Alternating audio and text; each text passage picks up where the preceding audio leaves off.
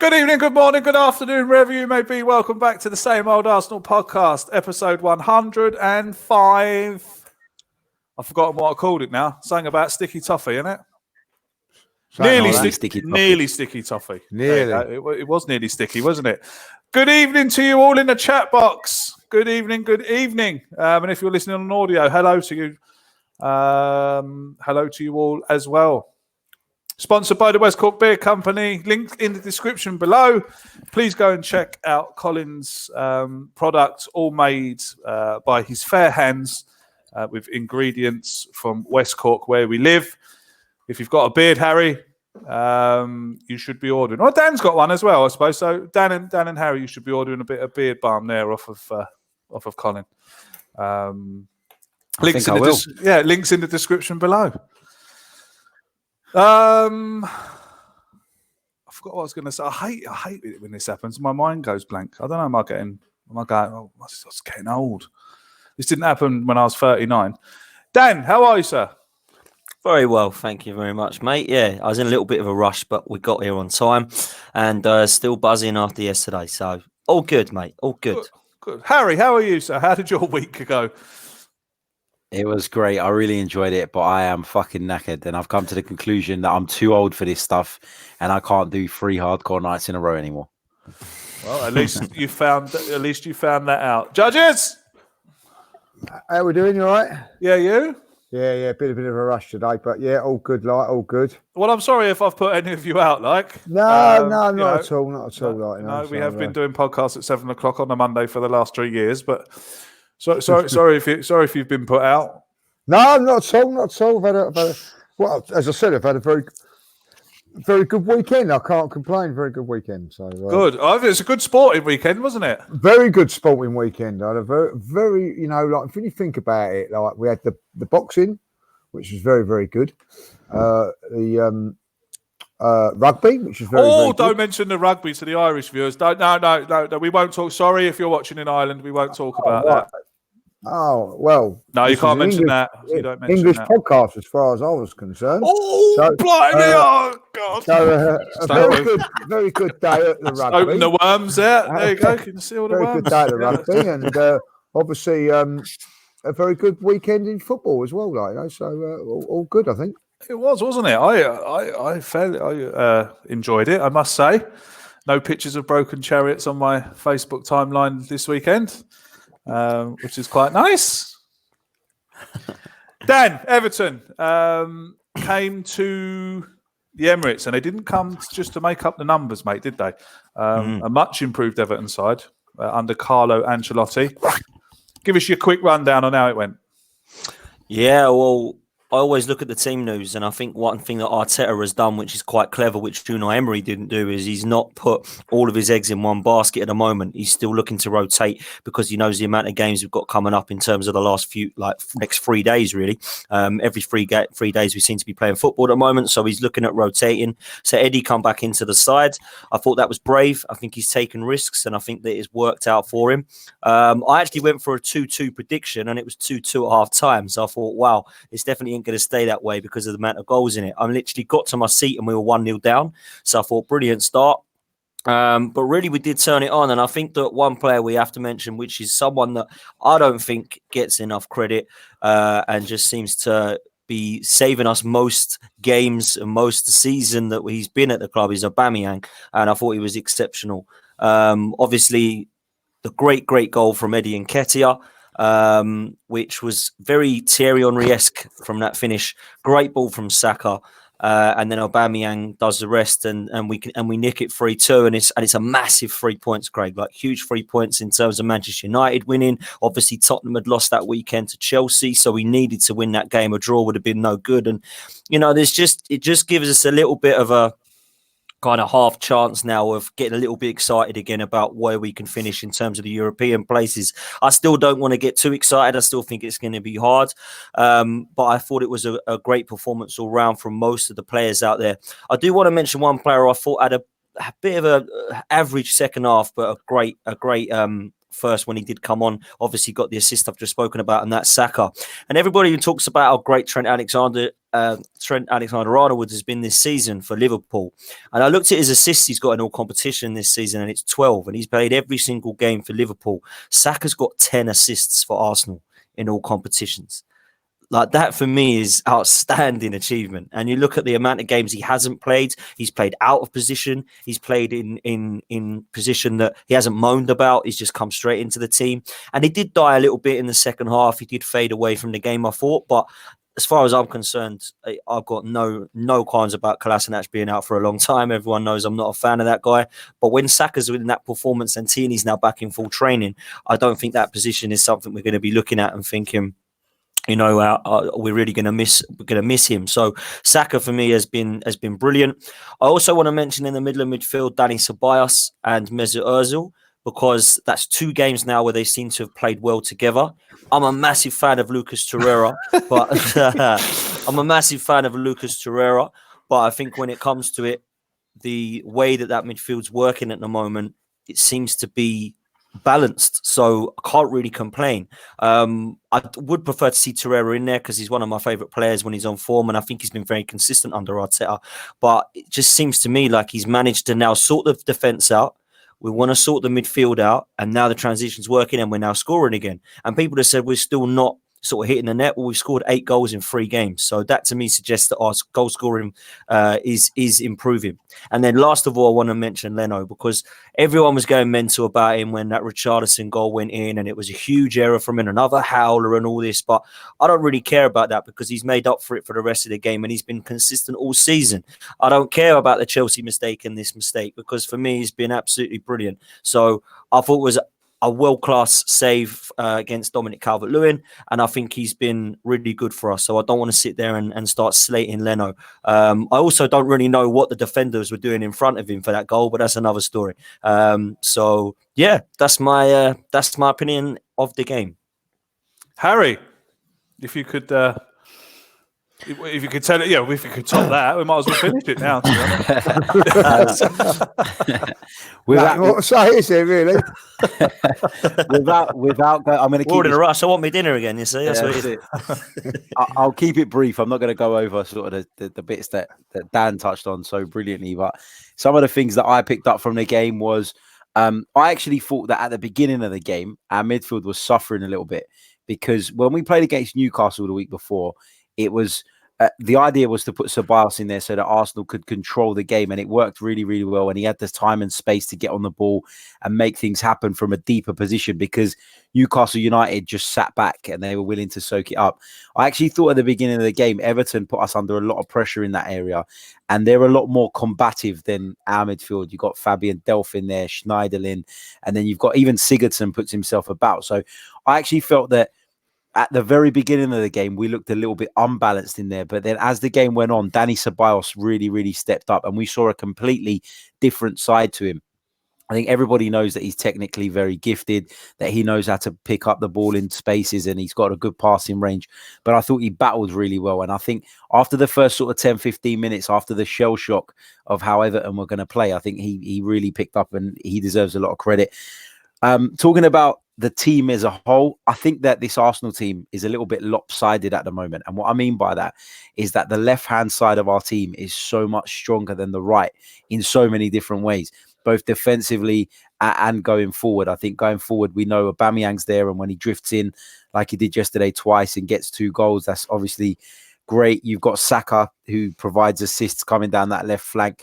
But what's different about the left and the right is that when Arsenal don't have possession, or that when Arsenal do, attack forward, you've got Granit Xhaka slotting over into that position as almost like a left back stroke left centre back to plug that hole, and it makes us not get caught out so much on that side. What that does, though, is it means Hector Bellerin on the other side has to then tuck in, and then you kept seeing that long ball going out to Richarlison, and because Bellerin's tucked in, it gives Richarlison an age to control the ball and go at people. And that's a bit of a problem in this Arsenal team at the moment. We're a little bit lopsided for that reason, but also because Nicolas Pepe, in my opinion, doesn't work back as hard as Aubameyang, which is something I never thought I'd say.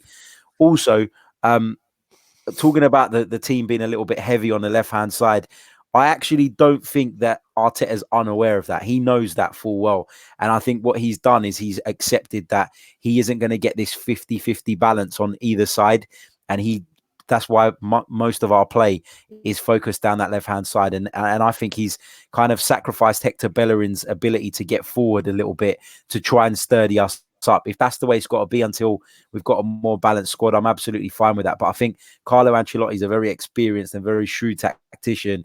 And I think he spotted that early doors yesterday. And that's why Everton caused us a lot of problems. Lee, how did you think yesterday went? Yeah, just first of all, before we carry on lighting up, I mean, sorry if I've upset the Irish people in the chat, about the rugby. You'd have to do a bit apologise. So I I won't be mentioning the rugby and England beating Ireland no more tonight. Okay, that's the last time we hear about that. Okay, so I do apologise to all the Irish lads in the chat. Yeah, I've got to say I missed a little bit of the game yesterday because I was playing a charity game, so I got there a little bit late. So I missed the first couple of goals. So. But what I'll make of it is, everything that everybody like Harry and Dan have said, I can't argue about. But I thought we played well, but there are faults in the team. Definitely the defensive side of it again.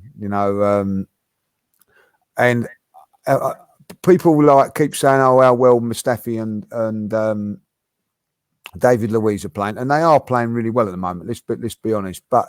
What I say, and I'll say it again now, if we want to go up a level and challenge for the title, we've got to get better defenders than them two. And that's what I'm saying, because that second goal sums up all the poor play about Arsenal. Now, Leno has got pelters for what he's done in that night. And quite rightly so, it was a poor mistake. It should never have got to him.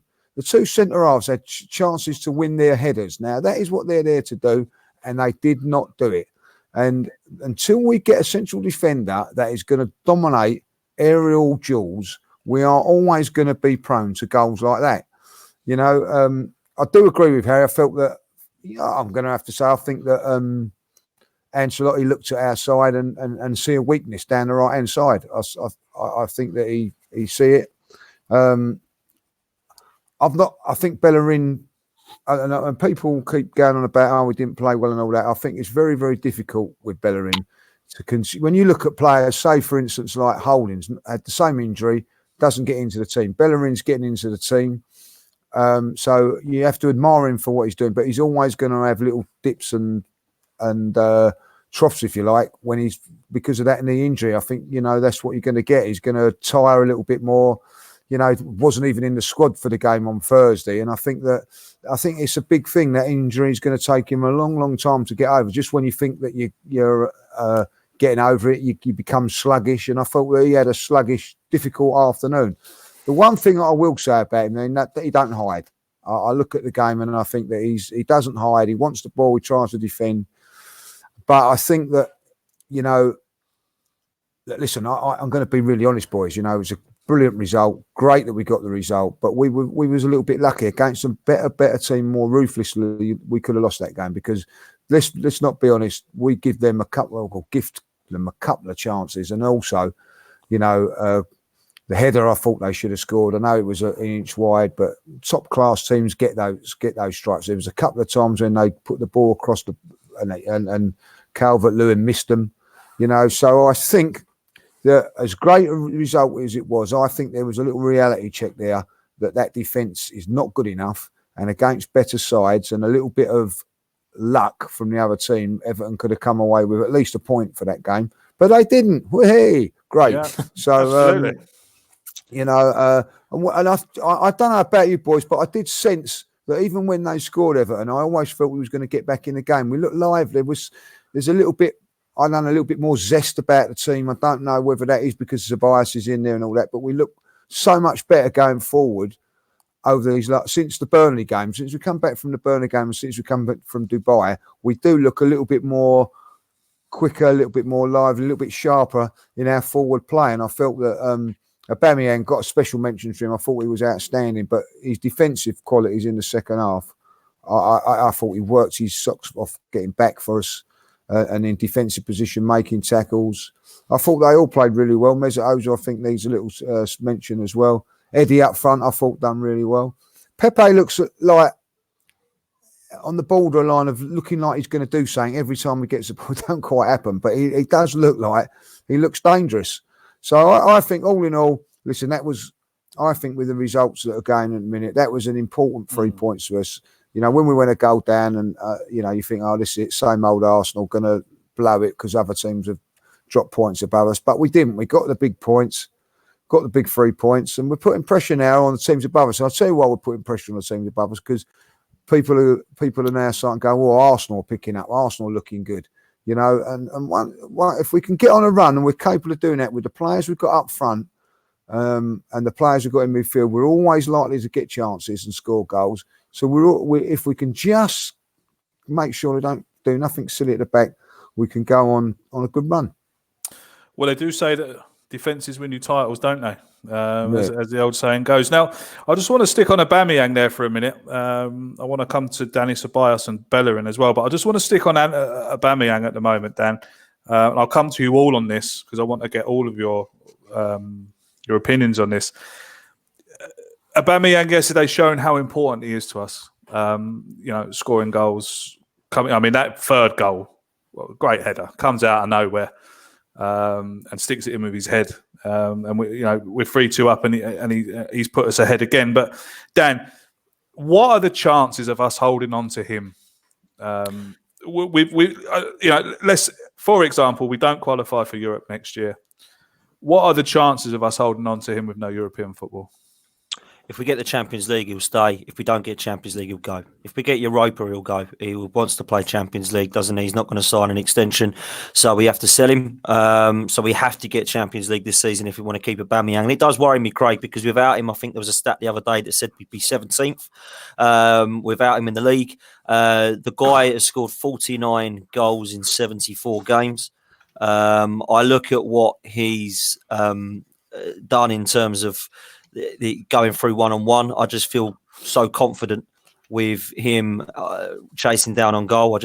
You just know he's going to slot it home. Bravery for the second goal with a header, because he could have got injured with that one. And then I look at what he's done with the fantastic ball from David Luiz, by the way, which was superb. What have I missed here? What's going on? Everyone's laughing, and now Craig's gone. What's happening? He's back. What have I missed? Nothing. Carry on. No, carry on. Okay, cool. I thought I'd missed something here. I can't remember what I was saying now. Yeah, going through on goal. Brilliant ball from David Luiz. That's got to be mentioned because he does that quite often. David Luiz. He can ping a ball. He can see a pass. I thought the actual one-on-one was superb. And I think with Aubameyang, what he does, what he hasn't done when he plays down the centre is he doesn't seem to track back. But I think when he's on the wing, that's one thing that he has improved upon, and that's something that Arteta 100% will kind of give credit for, because Aubameyang does seem to be tracking back a lot more. So important that we try and keep hold of him. Champions League football is definitely the way forward, and if we do get that, I think he will sign along with Lacazette. But without Champions League, I think it's bye-bye Aubameyang, unfortunately. Harry, any chance at all that Mikel Arteta can talk Aubameyang to staying at Arsenal, even with no European football? I think Mikel Arteta's comments post-match yesterday were quite telling, where he spoke about the fact that we have to keep up with Aubameyang's ambitions, and that's absolutely right. And it's nice to hear the manager coming out and saying that, because in the past we've always been like, oh yeah, they're not going anywhere, and then the club let us down and they sell the player on, and it's really disappointing. I think Mikel Arteta has been really good with the press so far. He's been really open, he's been really honest without really throwing people under the bus. He's got that balance spot on at the moment. In terms of keeping Aubameyang, I agree. I think we need to get in the Champions League to keep Pierre-Emerick Aubameyang. And if we don't and he wants to go, who can really blame him? He is a top level player. He scores week in, week out. He's been asked to play. Yeah, he's played out on the flank in the past, but he's never really done it for a sustained period of time. Not in the recent years anyway. He's always been a focal point at centre forward. Now he's having to do a different role. He's having to track back. He's having to defend. And he's proved a lot of people wrong, because Mikel Arteta himself said that he had question marks when he arrived about whether Aubameyang could do it physically, whether he wanted to do it. And he is doing it now. So full credit to Pierre-Emerick Aubameyang. He's stepping up to the role of captain by leading by example. Really, really pleased with him. But in terms of keeping him, it's going to be tough if we don't make the Champions League. Never say never, because if he enjoys working with Arteta, if the club put the right money on the table, you never know. But it's going to be difficult, isn't it? Lee, what's your thoughts on Aubameyang? Yeah, I think some great points made there. I think, I'd imagine under Arteta, you'd be quite intrigued to see how things would go. You know what I mean? If I'll be honest, I think that it's a difficult one because I'm with the boys here. I think if we don't get Champions League football, he's going to get. People turn around and say, "Oh yeah, we'll pay him the money." He's going to be offered the money with other clubs. You know what I mean? But he's also going to be offered the chance of Champions League, and also a chance to win trophies, like either big trophies, the title and the Champions League. We are a team that's in transition, and at 31, he's got a big decision to make personally himself. And I'll be honest, if he turns around and says, if you, I'll ask, first and simple. If I'll ask for if you've got the signings, the players. If he's not happy with the players that are going to be signed, and he decides that he wants to go, I've got no problem, Craig, with him deciding to go. If he goes and he goes to Barcelona or Real Madrid, I've got no problems as long as Arsenal bring in somebody to replace him. Now that's going to be very, very difficult because if you say like you're going to bring in a wide player, like if that's what we're going to do with Aubameyang, that he scores all those goals from wide, it's very difficult. Or you bring in players that are going to make the team better and all round more goal scoring instead of just relying on one player, So Dan feels a bit left out because we're all wearing glasses. I'd say he looks like Mustafi now, doesn't he? Like he looks like Mustafi on holiday, like Simon on holiday, Squadron's back. Squadron's back, So so I do feel that it's going to be very, very difficult if we haven't got Champions League football to keep him. The thing is, and I don't know how everybody feels about it. If he's at 31, and how many good top years he got left? 2, 3. If the club get offered 80 million for him, 60, 70, 80 million for him, it's a very difficult thing for any team in it to turn down, so I think it's a difficult one. I really do. I'll tell you what, I'm going to be intrigued to see what happens in the summer, but I wouldn't be surprised if he goes, and I'll be disappointed if he does, but I'd understand it, Craig. That's how I see it. Oh yeah, absolutely. I mean, like I sit here and I think, without him, it's going to be a disaster. But then when you sit back and look at it, could it be like our Coutinho moment? When Liverpool sold Coutinho? Yeah. Like they brought in players to replace him, and they signed some bloody good ones. And now look at them. Do you know? If he hadn't have gone, Liverpool possibly wouldn't be where they are right now. So selling him. I mean, if we don't get no European football and he wants to leave, he goes with my blessing and thank you very much. Thanks for everything you've done here. But he's not going to be a player where I'm going to feel aggrieved. If he ups and leaves. But if we can get the right money for him, then surely the money we can get from, if it's reinvested correctly, it might be a good thing. I don't know. Also, you got to think that we've lost probably better players than Aubameyang in the past as well, and we've, I know it's scary to think about what we'll do afterwards, but like Lee said, if that kind of money's on the table, and we know that this club are not going to go and say, "Here you go, Mikel Arteta, here's 100 million in the summer to go and do what you're going to do." We know we're going to be messing around trying to do structured deals and loan deals, and then it might not be the worst thing in the world. We have seen them all come and go, haven't we? We've seen them all come and go. Dan, another player that was coming up on Twitter today, obviously Danny Ceballos. Why is it that Emery couldn't get out of him what Arteta's getting out of him now, Dan? I think I'm going to take his off now because it's not. Yeah, because you do look like a donut. It's not as bright as it was now. Oh, there we go. That's better. A bit left out, boys. I don't wear glasses. Get the fake Well, ones from the pound shop. I know, I need to, mate. What, like Lee's ones? Have another go. Sorry, Have Lee. another go. Sorry, Lee. Danny Ceballos. I actually didn't think that Arteta was going to use this lad, if I'm honest with you. I thought that Arteta was going to get to the stage where he was just going to use players like Willock and Guendouzi that we were seeing. Ceballos wasn't really getting his chance under Arteta, and I think that he must have said something in training or seen something in training, and all of a sudden it seems to get there. I think what I like about him is he's got the kind of Santi Cazorla technical ability, but also he's got the engine of Aaron Ramsey. He's more than happy to box. He's more than happy to do number 10. I think he is a number 8, not a number 10. I just don't think that Emery knew where to play him. But that was as well as Lucas Torreira and Granit Xhaka. You know, he's playing all three of them out of position. So for me, I want to see Dani Ceballos ahead of Mesut Ozil, personally. I still think our best midfield three, if we were to try it, would be Torreira, Ceballos and Xhaka.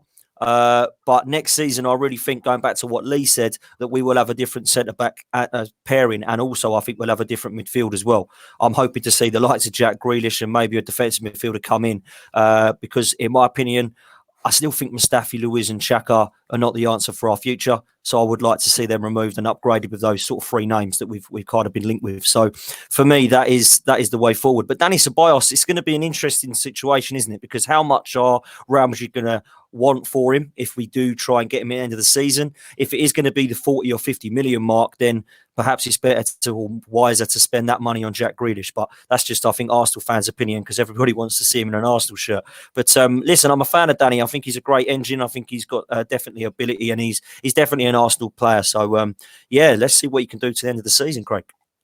What about you, Harry? Impressed with him yesterday? Yeah, I was impressed with him. And like I said earlier on, I thought we saw a different side to him yesterday. We saw that aside from all the silky passing and the smart turns, we saw that he's got an engine on him. We saw that he's willing to get stuck in, and that was some really great tackles, didn't he? Yeah, he did, and that was really impressive. So obviously, you know, if he carries on playing the way he has, then I'd be happy for us to try and keep him. But let's be honest, he hasn't played much this season. I know some of it's been through injury, but others times it's been through not being selected. I still think we need to see a bit more of Dani Ceballos before people can make a definitive judgment on whether he's worth the money. And of course, as Dan said, it depends on what Real Madrid will be asking for. But I've been impressed with him. I just think that, you know, when going back to that point, what is it that Arteta can get out of him that Emery couldn't? For me, it's just simple. It's just Unai Emery. It was a bum, and people didn't. No, honestly, people didn't buy into his methods. People didn't have a clue what he was trying to do from week to week. He turned up at Dani Ceballos' house apparently to persuade him to come and join the Arsenal, and then didn't select him. And it's just, there were so many baffling things that Unai Emery did that you get this impression now from the Arsenal players, and when you speak to, you know, people in and around the club, and you hear some of the interviews that some of the journalists are doing nowadays, you get that vibe that everybody now believes in Mikel Arteta, and they understand what he's trying to do, and the plan is clear. And that's so important. You can't do your job to a high standard if you don't bloody understand what your job is. And the same as Ceballos' performances have improved, so have everybody else's, and it's because of the same reason. Lee, would you like to see him join us on a permanent? Yeah, I would do. But on what I've seen over the last couple of games, I think that I've been impressed with him. I've liked what I've seen him. I thought he could come on against Bournemouth in the FA Cup, played really, really well. I thought yesterday the key for me was that when he come off, Everton took over and caused us a few problems. We had that midfield. Don't get me wrong, I'm not having a go at Arteta. I felt that he tried to stifle the game, tried to, you know, defend it with what he had, and I didn't think that Guendouzi and Torreira done that bad. But what he done was he had control. Every time he got the ball, he passed and moved. Do you know what I liked about his game yesterday? The midfield players didn't know what to do, what he was going to do. 1 minute he'd play it, the next minute he'd take you on, the next minute he's got a lot of mixture to his game. But I felt that that when he went off, we just lost a little bit of control of the game, maybe because he's a little bit tired. But what he's done in his last two games is a very, very positive. He needs to continue that now to the end of the season. If he does continue that to the end of the season, then, I think that he would have had a real, what I would say, settling in period this year. And I would expect him to kick on even better next season. It's not, everybody says, oh, you need 6 months, 8 months or a year to settle into the Premier League. Well, he would have had that year. And I think that it would be wasteful if we get him playing really, really well and then we don't take up that offer. So it'd be very, very interesting what I'm going to see. I have to give Arteta credit because I think he's gone into a role that I didn't see him playing. To be honest, I felt that he would probably be looking to play Mesut Ozil. But the other key factor of it, I'm not saying it's all down to Danny Ceballos, but we are now getting a tune out of Mesut Ozil because this man is feeding him. It's as simple as that. He's getting in between the lines, Mesut Ozil, and straight away, Danny Ceballos is punching the ball into him. And then Ceballos is going past Ozil, giving him another option from the midfield, and it's working really, really well. And I thought it was good to see yesterday, and it was that Mesut Ozil got a standing ovation when he came off. It gets clapped off, but not like that. There was a serious, recognition that he done really, really well yesterday. Now I feel that the way the team set up. Now this is the problem that everybody said about Ozil. If you're going to play Mesut Ozil, play to his strengths, play to his team, or don't play him at all. We seem to be now under Arteta playing to his strengths, and we're looking a much, much better side. And I felt that even when he came off yesterday, we lost control of the football, control of the game from a possession point of view. If you haven't got the ball, they can't score, sort of thing. And I felt that we was a little bit lucky because we went into the defensive thing. But it's a very, very difficult thing for the manager now to say what is the balance of that team, because I still think, and I think that Harry just touched on it there earlier on, that when they play against the top teams, they may be able to get at these Mesut Ozil and Danny Ceballos, even though Danny put in some real good tackles yesterday. And, Xhaka, to me, isn't convincing as a defensive midfield player, even though I think that the transformation of him has been absolutely outstanding. But for me, I'm liking what I'm seeing of Danny. I think if he could add a couple of goals to his game, then it'd be even better, because I still can't see us getting that many goals from midfield. But for me, I think he ticks a few boxes, and people are saying Santi Cazorla and replacement and things like that. That's a hard act to follow. Cool. But Santi didn't take the Premier League by storm straight away. It took him a little while to settle in, and think that if you remember back to Santi, he sort of was playing out on the flanks at one stage, and then they brought him into that middle area, and that's where it clicked with him, So I think that I think we've got a future with Danny. It depends also, boys, really what sort of fee they're going to be asking for. If they're going to be asking for silly money, then it ain't going to happen. But, if we can get him for 25, 30, 35 million, I think it's a bargain. Good I deal. think I would be surprised if they asked for a really big amount of money, considering that they were willing to let this guy go out on loan. So yeah, I agree. He's obviously not part of Zidane's plans. So, I don't think he's certainly not going to go back to Real Madrid and get in their first team, is he? That's the thing. And I mean, obviously, we sit here and we hope that Ceballos is enjoying his time here. He looks like he is. So let's hope. We shall be back in 2 shakes of a lamb's tail.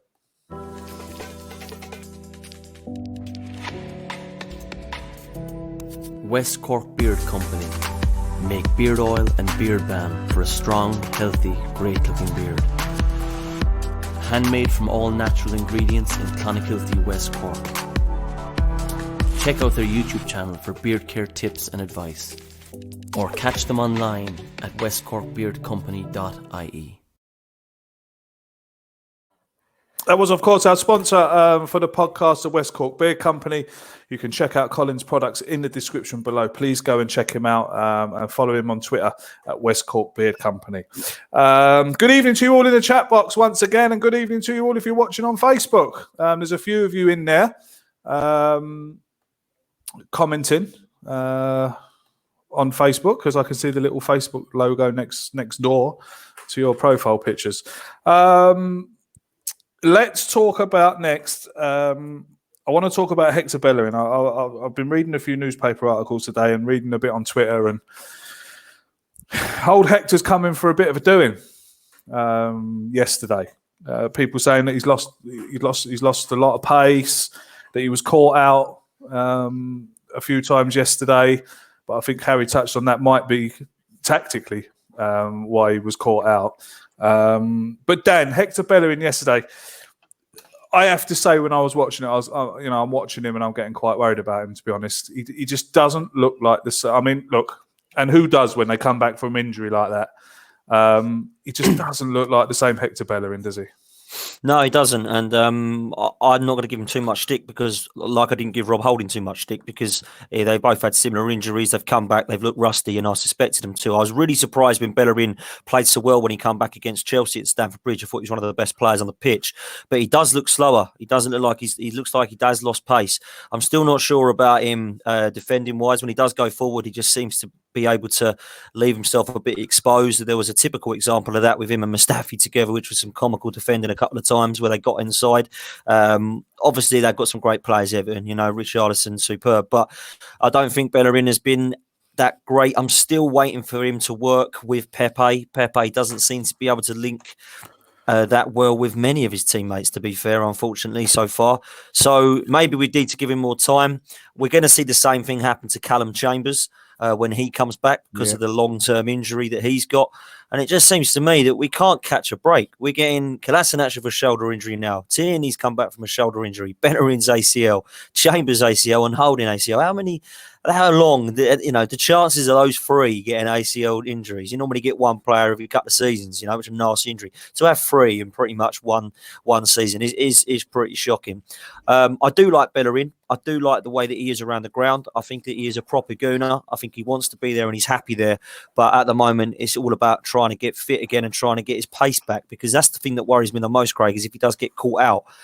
He gets caught out sometimes before, but he's always had the pace to get back. And at the moment, it doesn't look like he can keep up with people. So that is worrying, because that's one thing that's always got him out of trouble. But, Bellerin, I've always thought could do better crossing the ball. But for me, he's not a horrendous player. I just want to see him get back to his best, because I think there is talent in there, clearly. And he's still only 24 years old. So lots of potential still.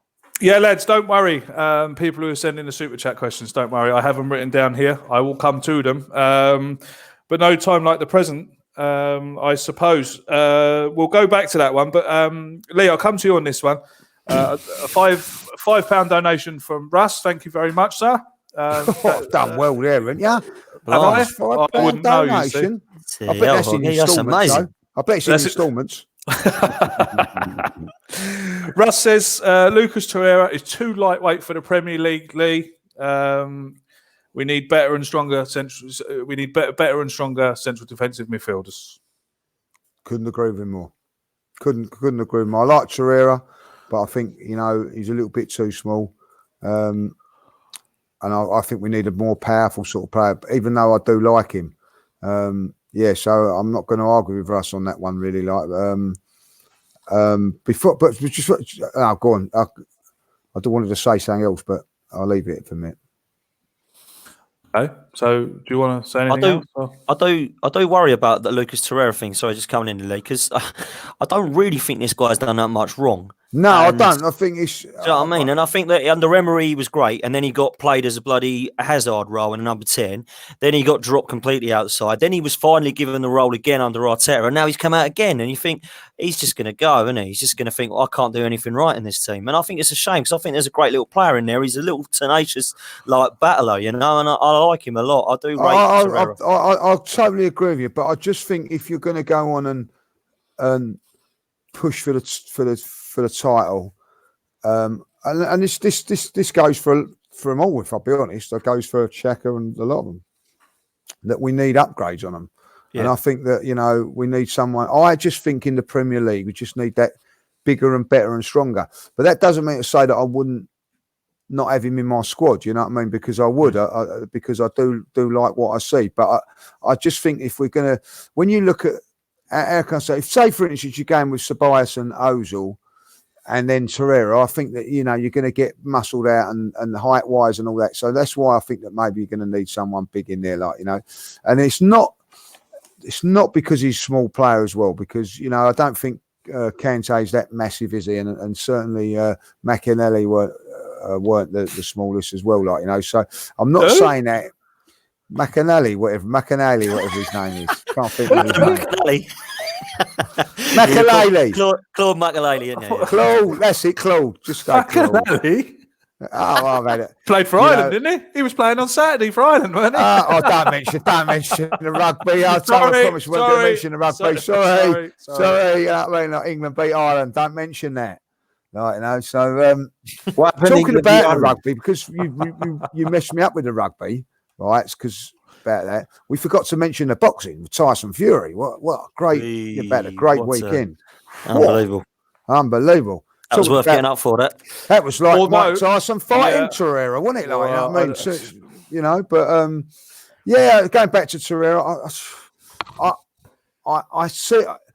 I see what everybody can if someone wants to defend him, guys, I can see the reasons why. Do you know what I mean? Like, but I just feel that I just want my holding midfielder to be much bigger and stronger, like a Decore or a Patrick Vieira or what's that one?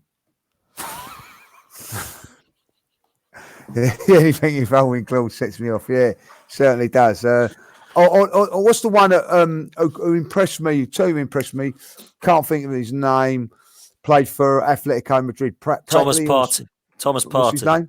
Partey. Thomas. You know what I mean? Like another one. I think that somebody of that ilk. You know what I mean? So that's what I'm saying. Like, you know, A lot of rumours today no that we're going to release his clause. There's a lot of rumours to say we're going to release his clause. Him and Jonathan Tarr, they're talking about, but whether or not that's true, I don't believe it Thomas anymore. Partey. I think there'd be two good signings, but I don't believe it anymore. but you see what I'm saying? Somebody like that, I would. yeah, no, you're right. I'm agreeing with you. Yeah, I do. I agree. know, we need some presence in there, definitely. Yeah, But present. I think we do, and I think that he is tenacious and all that, like, but he hasn't got the presence. You know. I hope that answered your question, Russ. Harry, I'll come back to you on the Bellerin thing. Obviously, we're all talking about strikers and midfielders needing replacing. Do you think Bellerin is a player we need to replace? No, not at the moment. I think people were being harsh on him yesterday. I think, like I said, I think that it is tactical that he's being asked to tuck in alongside the centre-backs a little bit more when Arsenal get caught on a break. I think that is something he's been asked to do. Like I said earlier, when the winger then pulls out to the flank, he has got that bit more time, the time to get the ball under control. And let's have it right. If you're a defender and someone's running at you and they've already got the ball, it's very difficult to defend. That's the hardest situation to defend. What do? Do you go out there and commit, but then you leave space for someone else? Bellerin gets caught in two minds a lot of the time. Does he go out to the player straight away, or does he keep the narrow defensive unit that he's obviously been instructed to keep? Also, as well, we're talking about Richarlison yesterday, who is a very, very underrated player. We're talking about a guy who's got 26 goals for Everton in 68 appearances. There you go. I've been doing my homework. That's 2.5 goals a game almost. Okay. He's played for Brazil 18 times and he scored 6 goals. That's a goal in every 3 for Brazil. He's a fully fledged Brazilian international. He's a top quality player. He's got a real nastiness about him as well, as we saw yesterday. He's a very, very difficult customer. And I think he gives most right backs in the Premier League a difficult time. Very good point, mate. Very good point indeed. Yeah. That's why we have him on here, I suppose. You know what I mean? Well, this is why I keep inviting him on, you see. Yeah. But he's saying that, like, you know, I feel it's a little bit harsh on Bellerin because, you know, 2 weeks ago or how long ago, everybody was lauding him for a fantastic performance against Chelsea. Let's not forget about that performance. He was absolutely outstanding that game. I just think that those sort of games, that game against Chelsea and a few other games, just taking its toll out of him a little bit, like, you know, give him a break, bring back Maitland-Niles for a couple of games, and I'm sure Hector will go again. And it's just about building up fitness and building up confidence. And I think it's a little bit harsh for, you know, for people to say that he's finished. If he's like this next season, then maybe it's a different story. But I feel that you've got to give him a little bit more time. It would help if he had a steak every now and then instead of all this vegan rubbish as well, like, you know what I mean? So, but that's another story. Needs a burger, doesn't he? Like and roll, he needs to go down to McDonald's and get one of those mega Big Macs. God, they're unbelievable! Like, you know, the boy's missing out. He's missing out. Unreal. Yeah, I had one yesterday after football. Fantastic. They are good. I've got to say, they are good. I want to come to this. I want to come. Go on. Sorry. Is that why, Lee? Is that why you were really late to the game because you were eating a Big Mac in between? No. I had it. I had it on after the game. I didn't eat. I had to dash straight from this charity game to the game. I didn't eat at all. Like, you know what I mean? So we had a lager shandy in the club at the ground, and that was it. Don't admit things like that on air, please. No. But I'm going to say I don't like the beer in the Emirates. It's awful. That Camden Ales, it's horrible. I get buzzed. I can't stand that Camden Ales. Horrible stuff. taste to it. You know what I mean? I've never tried it. Like taste the beer. Don't try it, Harry. Don't bother, mate. Sorry, Camden Ale, if anyone's watching or listening. No, Sodom. I'll tell you what, I'll call them out. I was going to go to them I was going to send them an email. I was going to send them an email tonight about a sponsorship, but I don't think I'll bother now. No. This question comes in from Jimbo. Thank you for the kind donation, Jimbo, of £5 English. Thank you very much indeed. A mega Big Mac. We were talking earlier about our lack of goals from midfield. So Jimbo says, should we look at signing Coutinho? Would he be an option to come to Arsenal and solve our midfield, our lack of goals from midfield? Dan, good question. Very good question. Worth a fiver, that. Absolutely. Worth a fiver. I'm going to say no. And the reason I'm going to say no is because I still believe and stand by the fact that the number 10 role is not the way forward. And I don't want to see Mesut Ozil playing there. I certainly don't want to see Coutinho playing there. I don't want to see a number 10 at Arsenal. I want to see a free in midfield, a hard-working free. And if there's going to be a couple of the players that we mentioned earlier, like the Thomas Parties and the Ndidis and the players that we've been mentioned or linked with, then brilliant. That's what I want to see. I don't want to see a number 10. I think Coutinho was great at Liverpool. He's not really done so well at Barcelona or Bayern Munich, and he's been playing in the number 10 role there. So that's more evidence to suggest that the number 10 role doesn't do anything. If we are going to get somebody for that sort of price, then I would like to see a James Maddison or a Jack Grealish, because they don't play in that number 10 role. They do play in that free midfield. So that's what I would go with ahead of Philippe Coutinho. Harry? I'm going to say no, just purely not because I don't rate the player. I think he's a fantastic player. I just think that the amount of money that we're going to need to put on the table to get him could be better spent in other positions. I genuinely do think that. I think we've got some defensive issues, and I think we need a bit of backup in certain other positions. So that's why. But I'm not taking anything away from Philippe Coutinho. I think he's an excellent player. It's not really worked out for him at Barcelona. He's gone on loan to Bayern Munich. It's not really working out for him too great there either. But like Dan said, I don't know if he's just lost in this change of what the number 10 role is, maybe. And there's a few players that are going to find themselves out in the cold because of that. Very true. I like Coutinho. I think he's a very, very good player. But for me, he can play wide as well.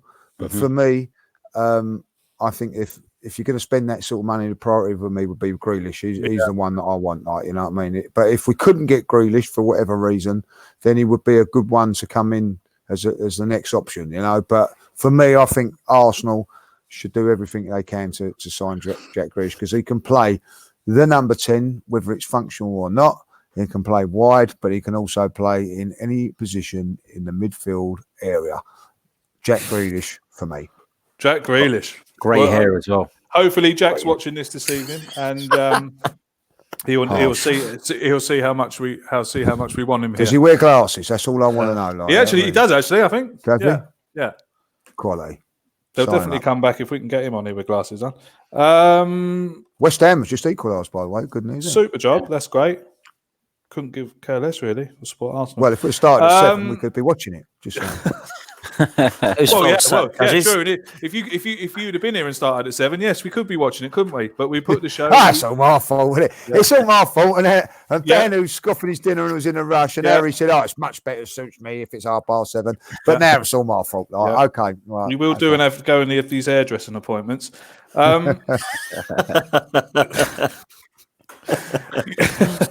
His question comes in from Unique79. And he says, should we be cautious of Mikel Arteta doing so well as Arsenal manager?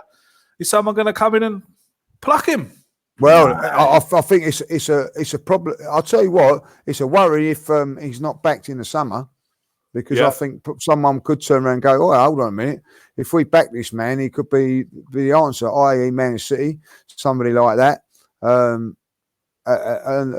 what I think that he's doing fantastically well. I've got to say that, so yeah, I think that why not? Why not? I think it's a bit of a worry, and I don't think that we should be. I think at the end of the day, whoever has picked Arteta, see what they've seen him in so far. They've done a really good job, because I've been more than impressed, not just with what he's doing, the way he's conducting himself, the way he goes about things, the way he deals with the players, the way everything's done at the moment. Yeah, so I think that the club have got to back him, because I think that we've got something here, boys. That's what I think. I really do, and it's a breath of fresh air. My last question, before I come to the chat box ones, this one comes in from Ian. And Harry and Dan will get your answers on this now. Should we be prioritising the league or the Europa League? Players yesterday look visibly tired, and he's dead bloody right. I know we've had a lot of games, a lot of games in the week. But Harry, what's the priority for you? I think the priority's got to be at this stage the Europa League. Because I think it gives us the best chance of getting back into the Champions League. And that's got to be the priority. We were speaking earlier on about how important it is in terms of keeping some of our better players like Pierre-Emerick Aubameyang, for an example. So I think that the Europa League should take priority unless we get ourselves into a position where the league looks more realistic. And at this moment in time, I think the Europa League still looks a little bit, more of a safer route. Also, Arsenal looked tired yesterday, but you've also got to take into account that Mikel Arteta changed the routine a little bit after this game. Now, obviously, Greece is a longer flight than most European journeys that you're going to do in the Europa League. And so he decided for the team not to travel back immediately after the game. He asked them to stay the evening. They stayed because he wanted them to eat right. He wanted them to sleep properly and not do all of that on a plane. And Arsenal then come back on the Friday, which is why the preparation was a little bit affected. But look, we've gone out there. We've done a very good job in the first leg, and the hope is now. I still don't think Mikel Arteta will rest players, but I think he will. He can look at the second leg with a little bit more. He can be a little bit more open in terms of who he selects, because I don't want to eat my words, but I don't really fancy Olympiacos to come and win at the Emirates. I think they're a very good team at home.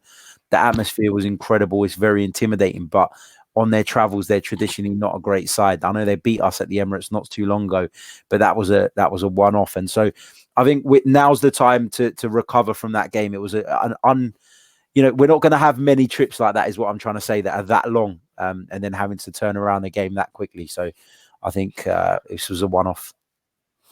Dan, what was I going to? I had something to say to you, but now I've forgotten what it was. Do you know what? I think I might go to the doctors. Keep forgetting stuff. It's getting a bit worrying, to be honest. Dan, you owe me £100. Do I? Oh, is that for? That's for all the things that you post for me, is it? You keep forgetting to give it to me. Dan, do you think 7 points is too much for the Arsenal to close on the gap at Chelsea? I don't think it's too much to close on Chelsea, but what worries me is that everybody's got to drop points, not just Chelsea. And the one team that I do kind of worry about, not just in the league, but also in the Europa League, is Wolves.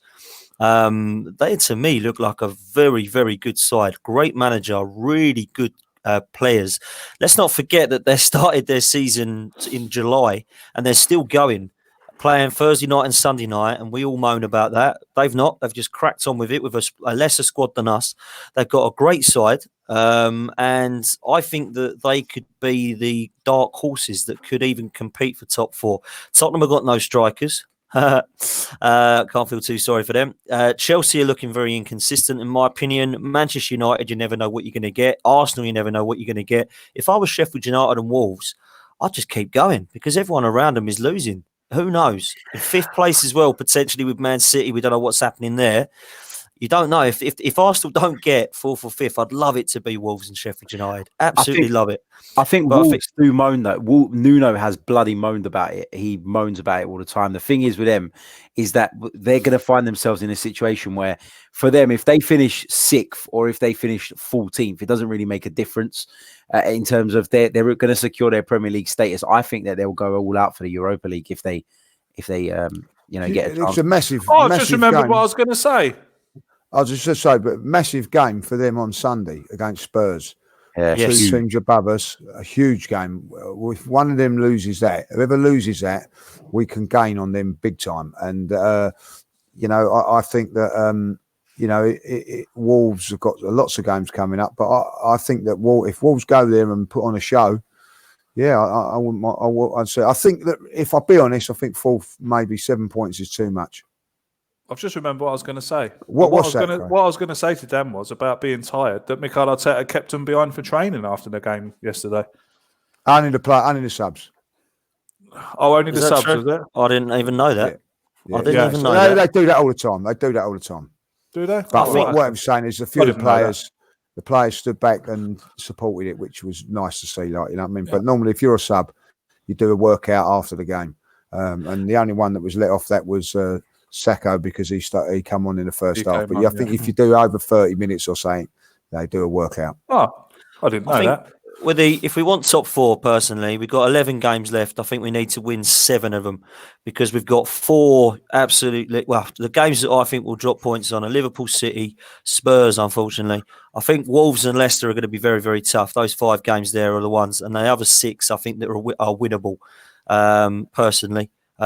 So yeah, we've got to make sure that we definitely win those 6 that we should on paper, and then if we can pick up a couple of draws, then who knows? Who knows? This question here comes in from Karen. Good evening to you, Karen. Do the panel think that Richarlison should have been sent off before he scored? No, not for No. me. That wasn't Not a for red me. card. No. Anyone think it was a red card? No. I didn't think it was at the time when everyone was really I didn't outraged about it in the either. stadium. I didn't either. Twitter was in meltdown as well, as you can imagine.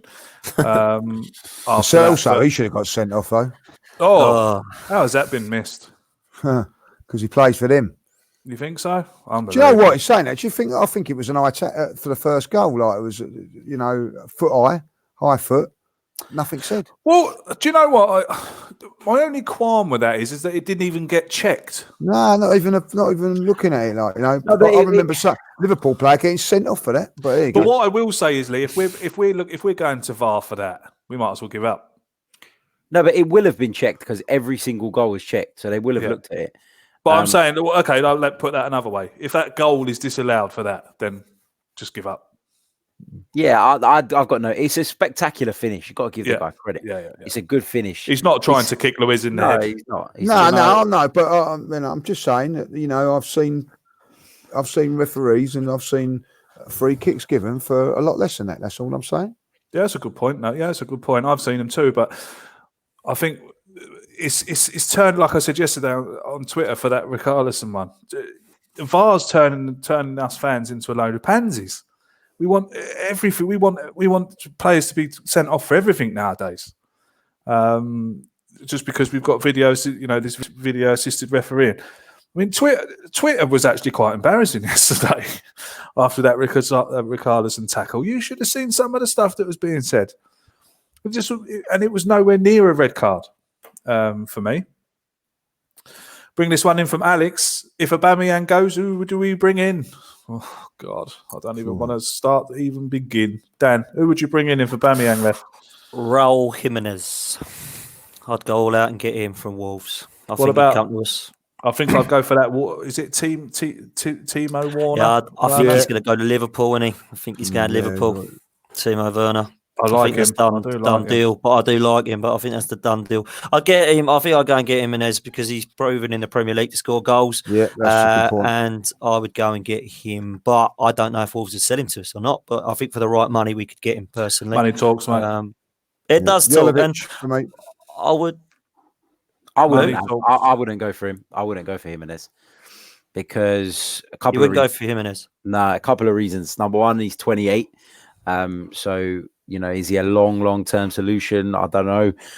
You're gonna get dragged into paying that Premier League premium when you're trying to take a player off a rival, which makes it even more difficult. And also, people talk about for me, he's a fantastic centre forward. I think his biggest strength, though, for me, is his hold-up play.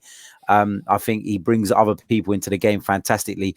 He's got 12 goals in the league this season in 27 appearances, so he's not majorly prolific. And at a club like Arsenal, I think that when you're a centre forward and the focal point at such a big club, we've seen it happen to Giroud, we've seen it happen with Lacazette.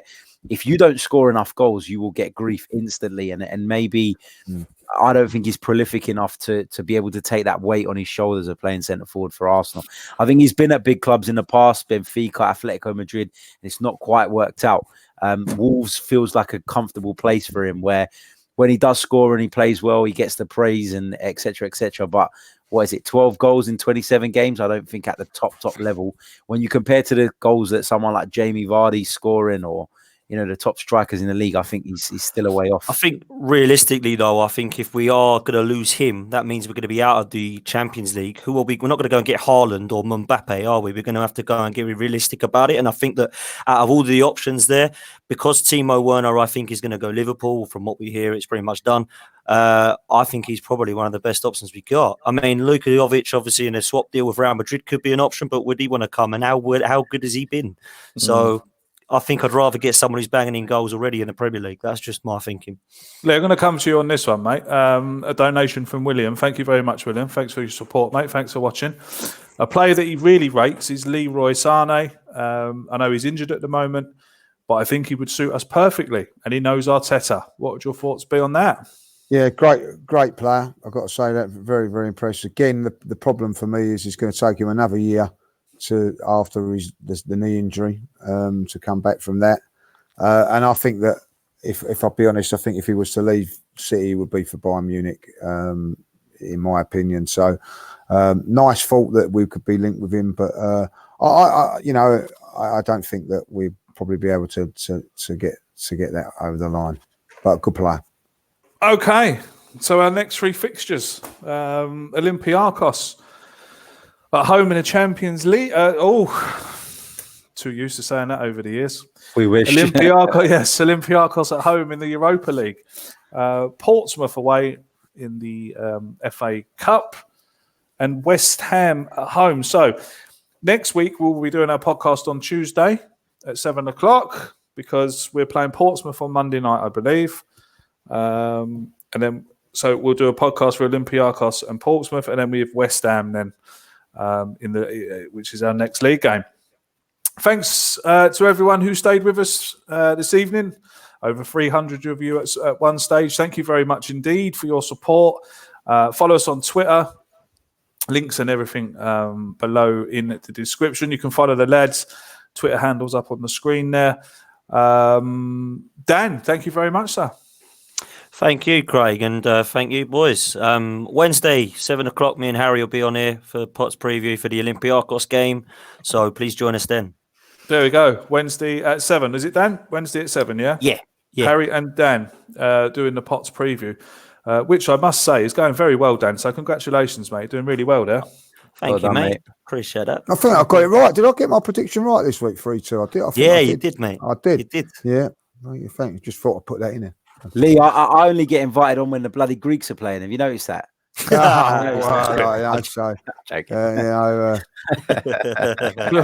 When you're on there, no pressure. You have to get your prediction right, Harry. It's no good going on there and getting your prediction wrong. Looking through the terms and conditions here. Is that allowed?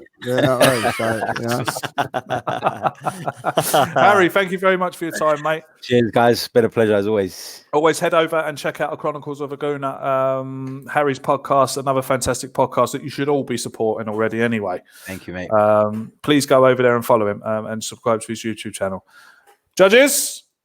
Oh, I enjoyed that. That was a good chat. It's always nice when winning. Winning breeds confidence. So let's keep the winning run going. Europa League or the Premier League, let's just keep on winning. Okay. Until we see you all again, have fun, enjoy the games, take care of yourselves and each other, and we'll see you again. Have a great week, guys. Come on, you Gunners. Up the Arsenal.